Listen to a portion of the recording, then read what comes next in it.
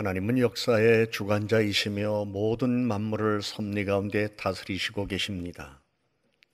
그러기에 하나님의 백성으로 선택을 받은 사람들은 언제나 하나님의 도움을 바라보며 은혜가 있음을 믿고 믿음으로 살면서 또 믿음으로 기도하며 살아가야 합니다. 역사학자 아놀드 토인비는 인류의 역사는 도전이 있으면 응전도 있다고 이렇게 표명했습니다. 그리고 윤영관 서울대 명예교수는 모든 나라의 흥망성쇠의 역사는 그 나라의 영적인 상태를 반영한다고 하면서 역사의 껍질을 벗기면 맨 마지막에 남는 것은 영적인 문제라고 말하기도 했습니다. 성경을 보면 이스라엘 역사는 이와 같은 사실을 증명했고 또 세계사를 보면 독일의 역사가 이를 증명했습니다.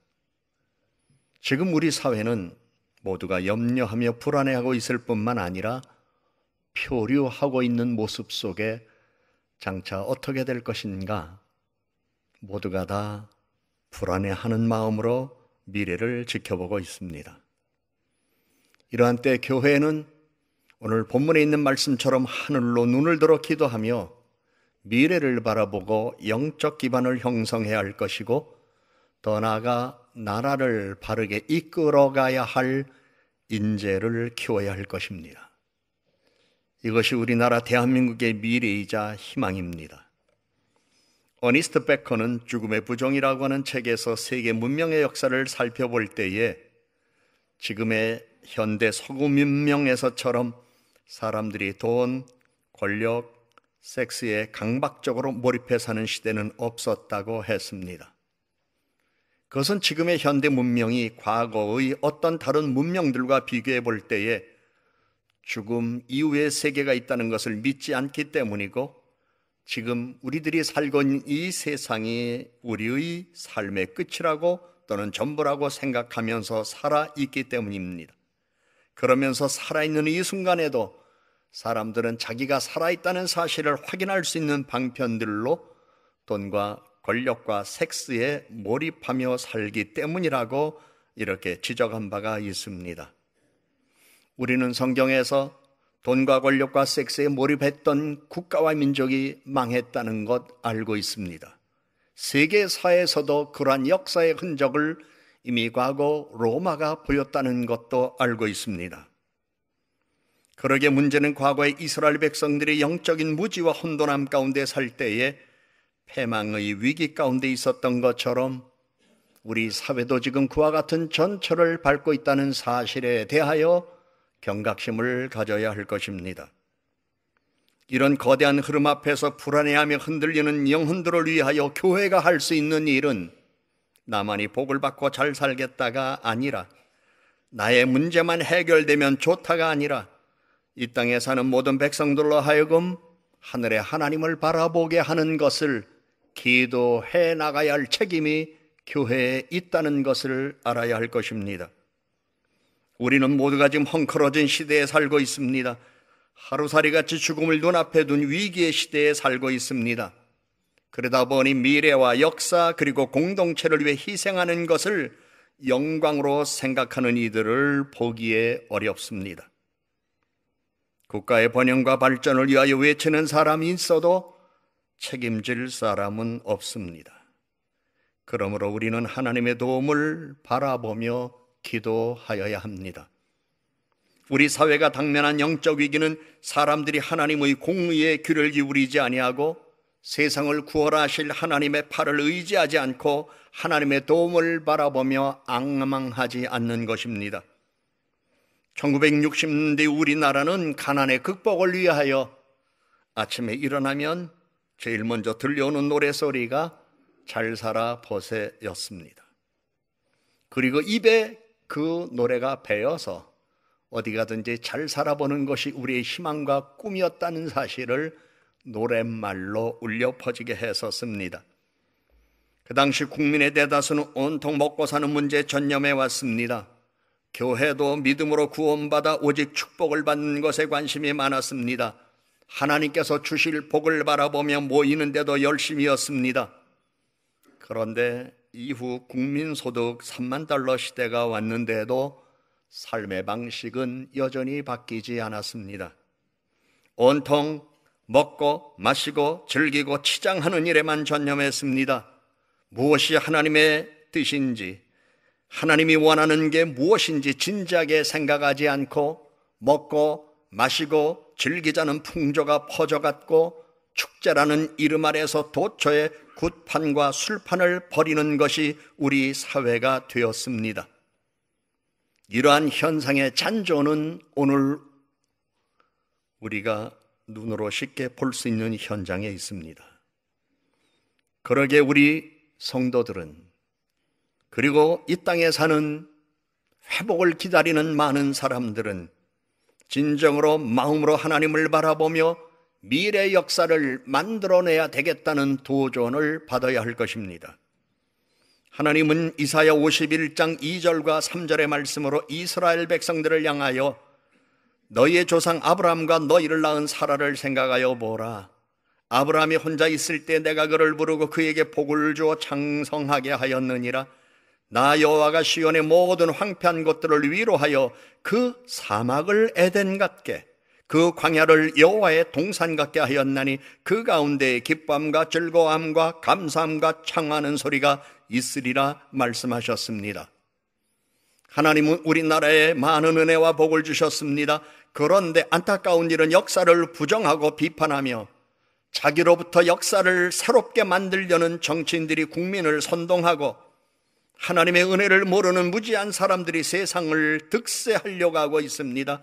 역사의 해석을 달리할 수는 있지만 대안이 없는 비판을 하는 것, 그것이 오늘 경계를 무너뜨리는 일들이 되어 마치 뚝이 터진 것처럼 우리 모두는 혼란 속에 빠져 있습니다.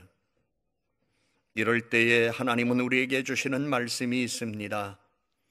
귀인들을 의지하지 말며 도울 힘이 없는 인생도 의지하지 말지니 말씀하며, 위기의 시대에 정말 교회는 여호와 하나님을 의지하며 기도하여야 할 것을 말씀합니다. 1970년대 대한민국을 움직인 힘은 기도의 힘이었습니다. 6.25 전쟁 25주년을 맞이한 1975년 6월 22일 서울 여의도 광장에 100만의 성도가 모여 기도했습니다. 그 자리에는 촛불도 없었고 태극기도 없었습니다. 대한민국은 분열되어 있습니다.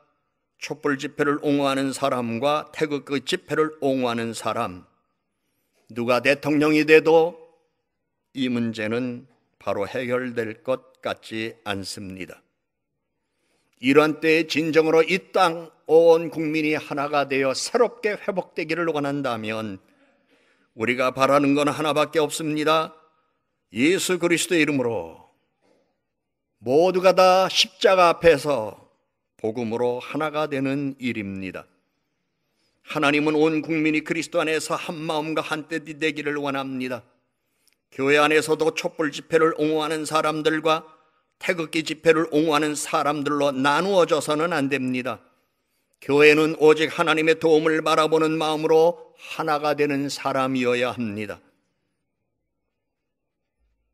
집안에서도 요새 세대 차이가 있어서 촛불 세대와 태극기 세대로 나뉜다고 합니다. 그러니 대한민국이 어떻게 되겠습니까? 우리나라의 지리적 위치는 반도이지만 중국 대륙과 일본을 비롯한 해양 세력이 부딪히는 접점입니다. 미국, 일본, 중국, 러시아 세계 4대 최강국들에 둘러싸인 분단국이 우리나라입니다. 역사를 조명하여 본다면 1592년 임진왜란이 있었고 1894년 청일전쟁이 있었고 1904년 러인전쟁이 있었고 1910년 식민지가 되었고 1945년 2차 대전이 끝났고 1950년에 북한의 침략으로 우리나라는 나뉘었습니다. 분단국가가 되었습니다. 지금은 종전국가 아니라 휴전국가로 존재하고 있습니다. 지금 우리는 탄핵 정국 이후에 대통령 선거에 관심이 집중되는 때에 세계는 패권국가 도종국으로서 미국과 중국의 경쟁이 강화되고 있습니다. 역사적으로 경제력이 커진 상승대국은 정치적 역할 및 영향권 증대를 요구하며 언제나 기존의 패권국은 이를 견제했던 일들이 역사에 있었는데 그것이 재현되고 있습니다. 구약성경 열왕기 상하와 이사야서를 비롯한 예언서에 등장하는 애굽, 아수르, 바벨론과의 전쟁과 포로 생활이 그와 같은 사실을 증거했습니다. 그러한 틈바귀에서 남한국 유다와 북한국 이스라엘은 오직 여호와를 의지할 수밖에 없었습니다. 이스라엘과 우리나라의 역사와 지리적 위치와 국제정치의 환경과 역학관계는 비슷합니다. 그러므로 우리는 오늘 히스기야 왕처럼 하나님의 도움을 바라보며 기도해야 할 것입니다. 동아시아에서 미국과 중국의 경쟁이 심화되고 있는 중입니다. 외교 전문가들에 의하면 중국은 군사력이 부족하고 국내의 난제들 때문에 글로벌 패권을 차지하려고 하는 대신에 동아시아 지역 패권을 추구하고 있다고 합니다. 중국은 동아시아 지역 패권을 달성하기 위하여 동남아에서는 남중국해를 차지하려고 하고 동북아에서는 한국을 약화시키려고 합니다. 그것 때문에 사드 배치에 민감한 것입니다. 미국은 중국의 지역 패권 추구를 견제하기 위하여 2011년 재균형 전략을 발표하고 일본, 인도, 호주, 베트남, 미얀마, 인도네시아, 필리핀 등 아시아 지역 국가들과의 관계를 강화하고 있습니다. 고래 싸움에 새우등이 터질 지경입니다. 이러한 때 우리는 위기적 상황에 있는 우리나라를 보호하여 달라고 하나님 앞에 기도드려야 합니다. 외교와 군사 전문가들은 세계 전략 차원에서 한미동맹과 미일동맹은 상호간 긴밀히 연결되어 있다고 평가했습니다. 구약성경 열왕기 상하에 기록되어 있는 이스라엘 역사와 비슷한 상황입니다. 하나님은 이러한 상황에 있는 이스라엘에게 너희는 애굽을 의지하지 말라, 칼이나 활을 의지하지 말라, 여호와를 의지하라고 말씀했습니다. 그러므로 우리는 정말 정치는 물론이거니와 온 국민이 여호와 하나님의 도움을 바라보며 여호와를 의지하는 믿음을 가져야 할 때가 그 어느 때보다도 오늘입니다. 중국은 모택동 이래 한반도가 해양 세력이 대륙을 진출할 수 있는 발판으로 사용되거나 중국을 포위하는 전략에 포함되는 걸 우려했습니다. 북한을 한국과 해양 세력 진출을 막는 완충국가로 간주하고 있습니다. 그러면서 중국에서 개최된 올림픽을 앞두고 미국과 화해한 이후에 한반도 정책을 적극화하여 1992년 한중 수교로 한반도에서의 영향력 준대를 추구하며 한반도를 중국의 영향권에 편협시키려고 노력했습니다. 지금은 사드 문제로 한국을 길들이려고 하고 있습니다. 사드 배치를 자신의 영역을 위협하는 것으로 왜곡시키고 있습니다. 중국은 남북한 간의 통일을 원하지 않을 것입니다. 일본은 요시다 독트린을 선포하고 안보는 미국에 맡기고 경제 발전에만 매진해 왔습니다. 그러한 가운데 한국은 비무장한 일본 보호의 방패막이 역할을 해왔습니다. 그렇지만 중국의 급속 상승 가운데 일본은 1990년대 이후 경제 침체로 잃어버린 20년을 아쉬워하며 이제는 중국의 공세 외교 및 동중국해 분쟁에 대처하기 위하여 미일 동맹을 강화하고 인도, 필리핀, 호주 등과 반중국 연대 형성을 시도하며 아베 신조 총리 등장 이후 군사적 역할을 증대시키고 있습니다. 일본은 통일을 원하지 않습니다. 한반도 통일이 미온적입니다. 만일 남북한이 통일된다면 한국도 어쩌면 중국과 더 가까워질 수 있다고 하는 두려움 때문에 그들은 눈치만 보고 있습니다. 러시아는 시베리아 개발 협력 파트너로서의 한국을 고려하고 있습니다. 그렇기 때문에 남한, 북한, 러시아 3자 협력에 대한 관심이 많습니다. 한반도와의 철도 및 가스관 부설에 대한 기대를 하며 북핵 개발에 대하여 반대하는 입장이었습니다. 남한과 북한의 통일에 대하여 중국과 달리 깊은 우려감은 없으면서도 오히려 한국이 주도하는 통일이 러시아에 유리할 것으로 판단할 수 있다고 생각하고 있다고 외교 전문가들은 이렇게 이야기를 합니다. 그러나 잠재 협력 가능성은 높지만 푸틴은 오히려 중국과 더 긴밀한 협력과 협조로 남북한의 통일에 장애가 있다는 이야기를 하곤 합니다. 그런데 북한은 이미 50년 전 김정은의 할아버지 김일성이 살아있을 때부터 적화 통일을 외치면서 전략적으로 남한을 접수하려고 치밀한 대남 전략을 50년부터 세우고 실행해 왔습니다. 그러나 아쉽게도 남한은 평화 통일을 외치면서 북한과 평화롭게 통일을 시도하다가 매번 이용만 당했습니다. 금강산 개성공단이 구체적인 예입니다. 통일은 하나님이 허락하셔야 합니다. 인간의 힘으로 되는 것 아닙니다. 남한국 유다와 북한국 이스라엘이 통일되었고 사회주의 종주국 구소련이 무너지고 동독과 서독으로 분단되었던 독일이 통일된 것은 전적인 하나님의 섭리였습니다. 서독의 교인들은 오랫동안 하나님의 간섭이 있기를 갈망하는 기도가 있었습니다. 서독 정부는 꾸준히 독일의 통일을 준비했습니다.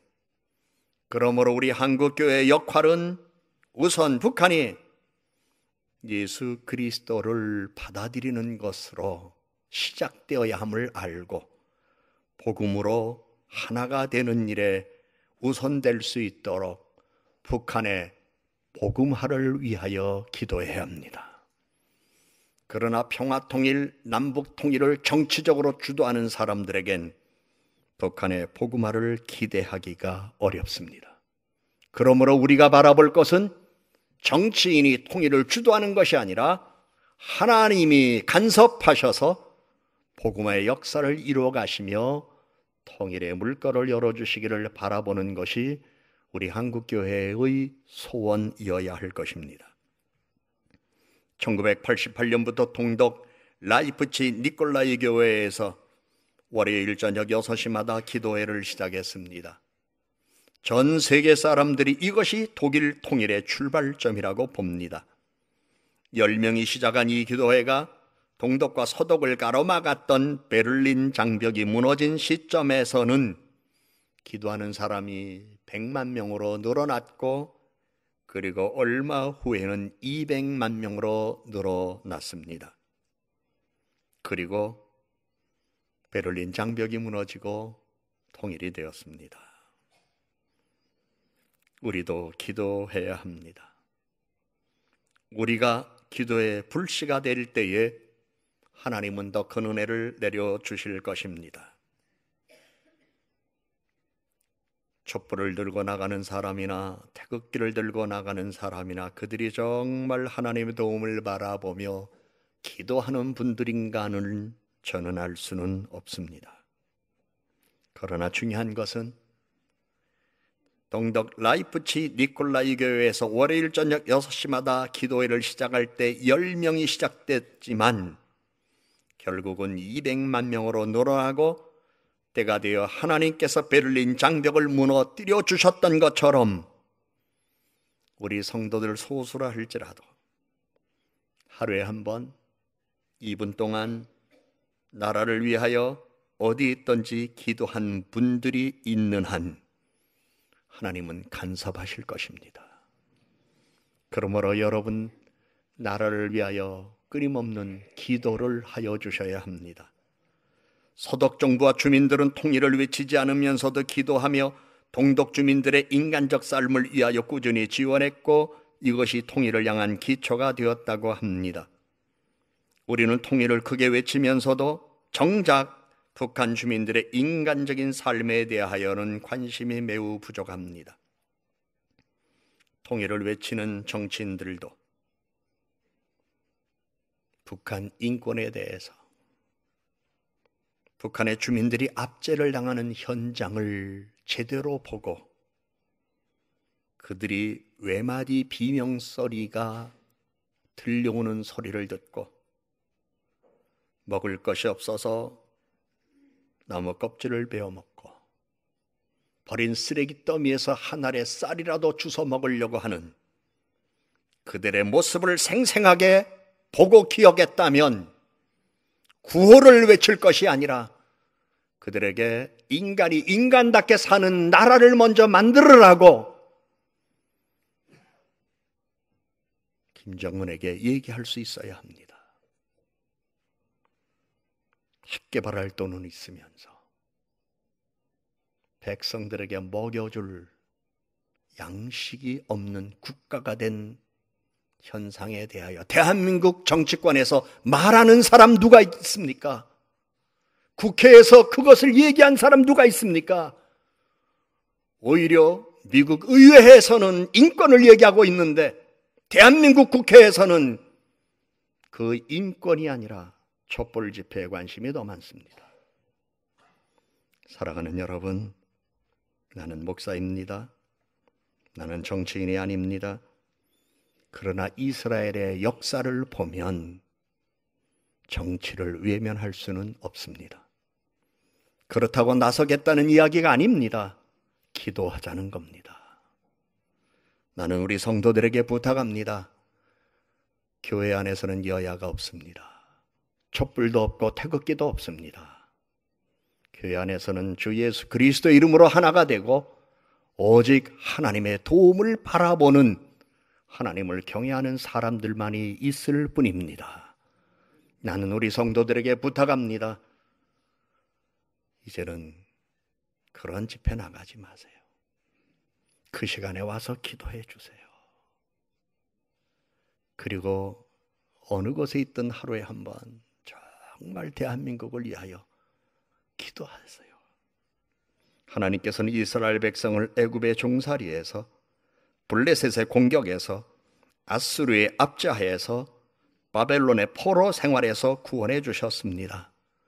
이처럼 우리도 하늘의 하나님을 바라보면 하나님은 구원의 은혜를 베풀어 주시고 복음으로 말미암아 이루어진 놀라운 하나님의 간섭 속에 평화 통일도 우리에게 선물로 주실 것입니다.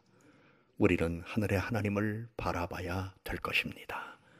여러분의 개인의 삶 속에서도 여러분들 힘으로 능으로 안 되는 일이 있다면 하늘의 하나님을 바라보며 기도하셔서 하나님의 간섭과 개입으로 은혜를 덧입고 살아가는 성도들 되기를 주님의 이름으로 축복합니다.